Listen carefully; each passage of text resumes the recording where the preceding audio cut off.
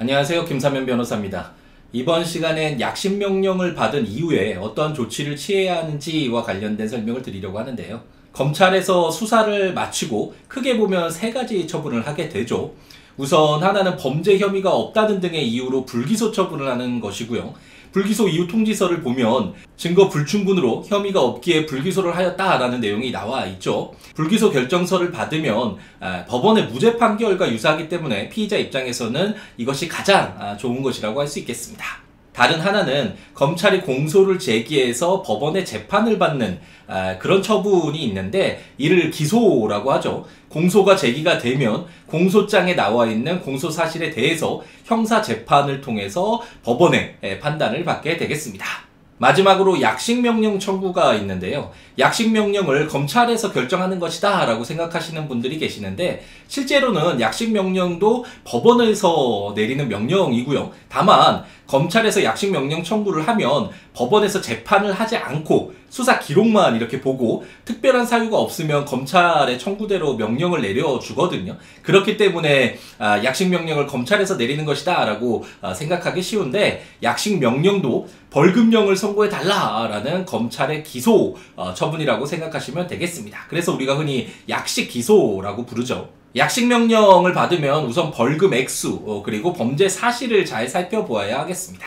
만일 범죄 사실로 기재된 부분이 모두 사실이고 벌금 액수도 받아들일 수 있다라고 한다면 이제 벌금을 내라는 납부 고지서에 따라서 벌금을 납부하면 문제가 없겠죠. 하지만 범죄 사실과 벌금 액수에 대해서 다투고자 한다면 약식 명령을 받은 후 7일 이내에 정식 재판을 법원에 청구를 해야 합니다. 참고로 제가 최근에 담당하는 사건에서 벌금 지로용지는 받았는데 약식 명령을 받지 못한 경우가 있었는데요. 송달이 제대로 이루어지지 않았기 때문이죠. 이런 경우에는 서둘러서 송달을 받지 못한 사유를 적어서 법원에 정식 재판 청구 건 회복 신청서라는 것을 이제 제출을 해야 하거든요. 이런 절차를 밟지 않으면 약식 명령이 확정이 되어서 이제 더 이상 그 범죄 사실과 벌금 액수에 대해서 다툴 수 없게 되기 때문에 서둘러서 정식 재판 청구권 회복 신청서를 제출을 해야 합니다. 정식 재판을 청구를 하면 법원의 재판을 받게 되죠.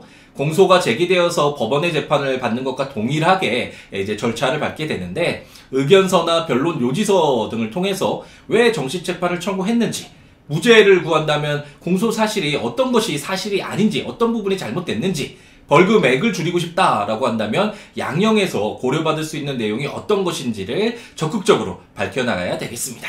변호사 업무를 하면서 정식 재판 청구를 수차례 담당을 했지만 벌금 액수를 줄인 경우는 꽤 있었어도 무죄가 선고된 적은 없었거든요.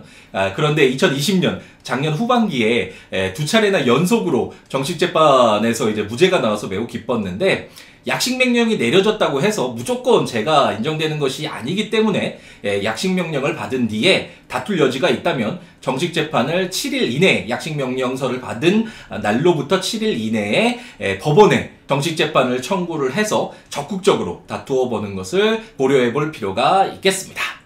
이번 영상이 도움이 되었다면 좋아요, 다음 영상이 기대가 된다면 구독, 알림 설정을 부탁드립니다. 오늘 하루도 행복 가득하게 채우시기 바랍니다. 감사합니다.